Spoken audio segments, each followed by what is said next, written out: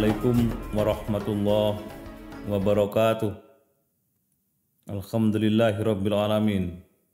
Wa bihi nasta'inu ala umuri dunya waddin wa ala alihi wa sahbihi ajmain. Asyhadu an la ilaha illallah wahdahu la syarikalah wa asyhadu anna Muhammadan abduhu wa rasuluh la nabiyya ba'da. Allahumma shalli ala Muhammad wa ala ali Muhammad amma ba'd. Kaum muslimin yang berbahagia dan dimuliakan Allah Subhanahu wa taala. Ada penyakit-penyakit yang secara umum sudah kita ketahui, tapi ada istilah yang kemudian kita tarik kepada kemajuan sekarang. Ada penyakit modern, penyakit di era modern ini. Ini yang harus senantiasa kita antisipasi, kita carikan terapinya, dan kita coba mencari bagaimana solusi terhadap penyakit ini. Pertama, penyakit itu bernama kusta. Kusta itu singkatan dari kurang stabil. Pikirannya kurang stabil karena tidak terbiasa berpikir secara jernih. Hidupnya gerusa-gerusu, tidak stabil, tidak ada tampilan yang tenang. Dia ingin menjadi orang yang selalu terdepan, tanpa berpikir apakah yang dilakukan itu benar-benar sudah sesuai dengan apa yang semestinya dilakukan atau tidak. Bagi orang yang imannya bagus, insya Allah berpikirnya stabil. Bagi orang yang dekat kepada Allah, insya Allah kedekatannya itu akan menyebabkan seseorang ini menjadi pribadi yang berpikirnya tenang, perbuatannya terencana, tampilannya tidak menjadikan orang lain bertanya-tanya ada apa orang itu. Cara memaparkan ide-idenya juga kreatif, pikirannya runtut, bicaranya santai, dan sikapnya juga menunjukkan kewibawaan dan kedewasaannya.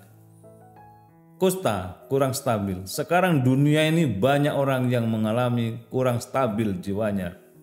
Maka angka bunuh diri di negara-negara maju semakin hari semakin bertambah banyak.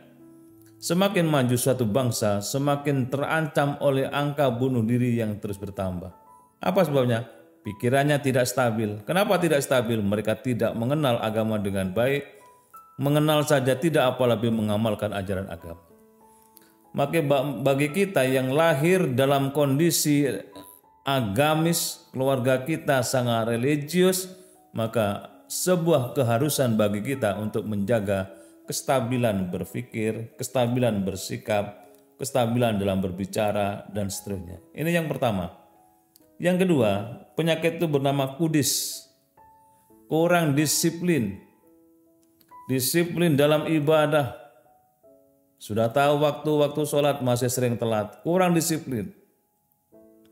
Kurang disiplin di dalam menjaga bagaimana perwujudan dari ibadah yang kita lakukan. Dikiranya kalau sholat setelah salam dianggap selesai. Padahal sebenarnya setelah salam itu justru awal dari perbuatan yang harus kita lakukan, diwarnai dengan nilai dan pesan sholatnya. Orang yang baik adalah mereka yang menerapkan pesan-pesan sholatnya dalam kehidupannya. Tetapi karena sholat dianggap sebagai seremonial, maka dianggap selesai ya selesai. Bagaimana kita mewujudkan 3 hal dalam salam kita, misalnya Assalamualaikum. Bagaimana kita menciptakan kedamaian, ketentraman bersama, kerukunan, kekompakan, persaudaraan, dan sebagainya terletak pada salam. Wujudkan dalam kehidupan sehari-hari pesan salam itu. Yang kedua, warahmatullahi, rahmat Allah, kasih sayang Allah untuk kalian.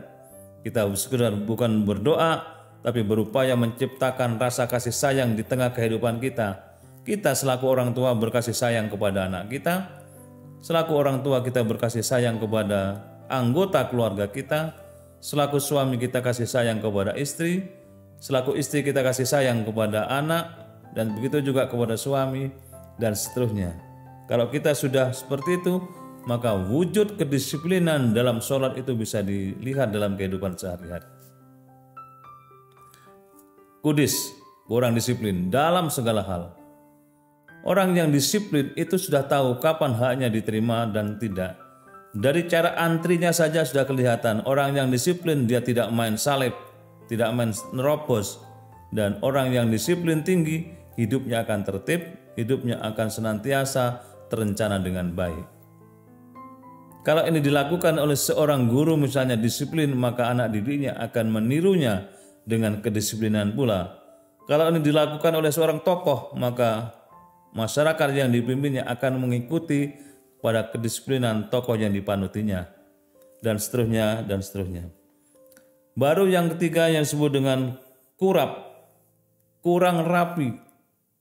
Hidupnya kurang rapi, tidak bisa membedakan kapan kita harus tampil secara baik. Kadang-kadang kebalak-balik dalam hidup kita. Kalau kita akan sholat, kadang-kadang pakaian yang kita kenakan adalah pakaian yang tidak selayaknya menghadap kepada Allah. Tetapi kalau kita menghadap kepada pejabat, kita cari pakaian yang paling baik. Begitu datang panggilan Allah, kita kadang-kadang seenaknya. Padahal Allah cinta kepada keindahan. Allah senang kepada keindahan. Allah itu maha indah dan senang kepada keindahan. Innallaha jamilun wa huwa yuhibbul jamal. Allah itu indah dan senang kepada keindahan, sehingga kita hendaknya harus tahu diri kapan kita menghadap kepada siapa dan kita harus tampil seperti apa. Maka ada sebuah pesantren di Jawa Timur, persisnya Gontor. Itu kalau mau sholat, santrinya kalau pakai sarung harus pakai ikat pinggang supaya tidak kedodoran. Kalau pakai sarung kemudian pakai baju, bajunya dimasukkan kemudian baru pakai ikat pinggang dan pakai jas. Kenapa begitu diperhatikan tampilannya di hadapan Allah? Itulah menunjukkan kerapian di dalam menghadap kepada Allah. Orang yang rapi menghadap kepada Allah, insya Allah hidupnya akan rapi, terbiasa dengan kerapian itu. Orang yang rapi menghadap kepada Allah, maka doanya juga akan rapi. Maka doa-doa yang dikumandangkannya itu adalah doa-doa yang meliputi segala aspek kehidupan.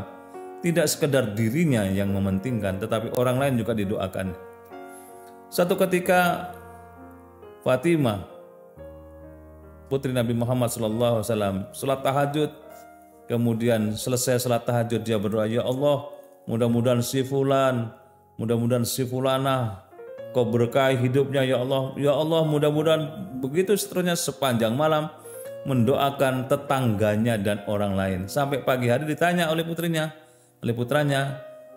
Umi, kenapa semalam Umi mendoakan untuk orang lain, tetangga dan orang-orang di sekitar kita? Kok tidak mendoakan untuk anaknya? Apa yang jawabannya?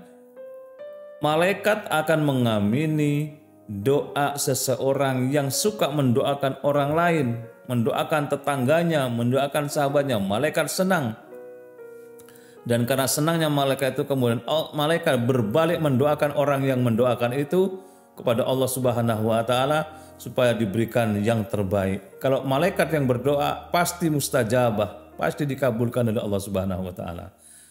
Itulah antara lain bagaimana kerapian kita di dalam beribadah kepada Allah Subhanahu wa taala menyebabkan diri kita ini menjadi orang yang benar-benar wise, orang yang benar-benar bijaksana, dan insya Allah yang kita lakukan adalah yang terbaik. Kemudian penyakit yang berikutnya disebut dengan kuman. Ini yang paling pokok. Apa itu kuman? Yaitu kurang iman. Bagi kita hendaknya meningkatkan dan meningkatkan terus-menerus kualitas iman kita kepada Allah Subhanahu wa taala. Karena Nabi menyatakan al-imanu yazidu wa yanqusu. Iman itu kadang naik, kadang turun. Ketika kita iman merasa naik atau iman kita sedang naik, kita merasa semangat ibadah. Tetapi begitu iman kita sedang turun, sedang menipis, maka kita malas untuk ibadah. Padahal iman itu kan ada 6. Pertama, iman kepada Allah. Kita harus mantap, tidak bisa ditawar. Iman kepada Allah harus benar-benar luar biasa. Karena inilah satu-satunya yang bisa kita andalkan untuk mengembangkan kepada keimanan yang lain. Baru iman kepada malaikat. Dengan iman kepada malaikat kita akan lebih hati-hati hidup ini. Bahwa kiri kanan kita ada malaikat yang senantiasa mencatat amal perbuatan kita. Ada malaikat yang mendatangkan rezeki kepada kita. Ada malaikat yang mendatangkan, yang tugasnya memberikan kesejahteraan kepada kita. Ada malaikat yang membisikkan wahyu-wahyu kebenaran agama. Ada malaikat pencabut nyawa. Ada malaikat peniup trompet. dengan meyakini malaikat yang begitu banyak dan tugasnya bermacam-macam, kita akan semakin hati-hati. Baru yang ketiga, iman kepada Rasul Allah. Ada 25 Rasulullah yang harus kita imani, mulai dari zaman Nabi Adam alaihissalam sampai kepada Nabi Muhammad SAW. Kita harus iman kepada mereka. Dan dengan keimanan itu kita akan mantap bahwa hidup ini ada role model masing-masing zaman. Ya, tidak sama memang antara zaman Rasul Muhammad SAW dengan Nabi Idris misalnya. Nabi Idris adalah berlaku untuk negaranya, untuk bangsanya. Tapi Rasul Muhammad SAW berlaku untuk seluruh dunia. Bahkan Nabi Muhammad adalah rahmatan lil alamin. Kemudian iman kepada kitab Allah. Kitab suci Al-Quran harus kita imani. Orang yang iman, jangan sampai kita termasuk kategori kuman tadi. Orang iman kepada kitab Allah. Bagaimana kita iman kepada kitab Allah? Maka di situ kita harus perbanyak mendekat kepada Al-Quran. Perbanyak kita cinta kepada Al-Quran. Dan seterusnya. Baru kita iman kepada hari kiamat. Dengan mengimani adanya kiamat, kita akan lebih hati-hati hidup ini. Bahwa seluruh yang kita lakukan besok akan dibalas oleh Allah. Yang baik dibalas, yang buruk juga dibalas. Dan bagi kita yang mengimani adanya hari kiamat itu, yakinlah bahwa perbuatan khilaf, salah dan dosa yang kita lakukan, sepanjang kita ada kemauan untuk bertobat kepada Allah, Allah akan ampuni dosa-dosa yang kita lakukan itu. Allah akan hapus dosa-dosa yang kita lakukan. Maka orang yang imannya kuat terhadap hari kiamat, dia akan senantiasa ingat bahwa dirinya besok akan diadili oleh Allah sebagai hakim yang maha adil. Hakimnya tidak akan bisa disogok, tidak akan kena kong kali kong dengan kita. Iman kepada hari kiamat, baru iman kepada takdir baik maupun takdir buruk yang Allah tetapkan kepada kita. Hidup kita ini berjalan dari takdir ke takdir. Maka kita harus mohon kepada Allah, ya Allah, jadikan kami, masukkan kami kepada hal yang baik dan keluarkan kami kepada hal yang baik pula. Itu artinya ketetapan Allah yang terjadi pada diri kita adalah ketetapan yang paling baik yang kita mampu mewujudkannya. Baru itu adalah kekuatan iman yang harus kita kembangkan dalam diri kita. Sehingga dengan kekuatan iman yang kita miliki itu, dunia yang terus berkembang, tantangan yang semakin syarat, apapun yang terjadi di sekitar kita, bisa kita jawab, bisa kita selami dengan baik, dengan modal dan bekal iman kepada Allah Subhanahu wa Ta'ala, iman kepada malaikat, iman kepada Rasul, iman kepada kitab, iman kepada hari kiamat, dan iman kepada takdir baik dan takdir buruk. Saudara-saudara sekalian, 4 penyakit yang ada pada zaman modern ini menyebabkan diri kita harus lebih hati-hati. Tidak ada sikap terbaik bagi kita dalam hidup ini kecuali kita terus mengaca diri, menganggap diri belum sempurna, dan kita berupaya untuk menyempurnakan dari waktu ke waktu supaya diri kita menjadi pribadi yang hebat di mata Allah dan hebat di mata sesama manusia, pribadi yang bahagia dunia dan bahagia di akhirat. Insya Allah kita akan bisa mewujudkan keinginan mulia tadi dengan menyebabkan atau menghindari dari 4 macam penyakit di era modern ini. Terima kasih. Assalamualaikum warahmatullahi wabarakatuh.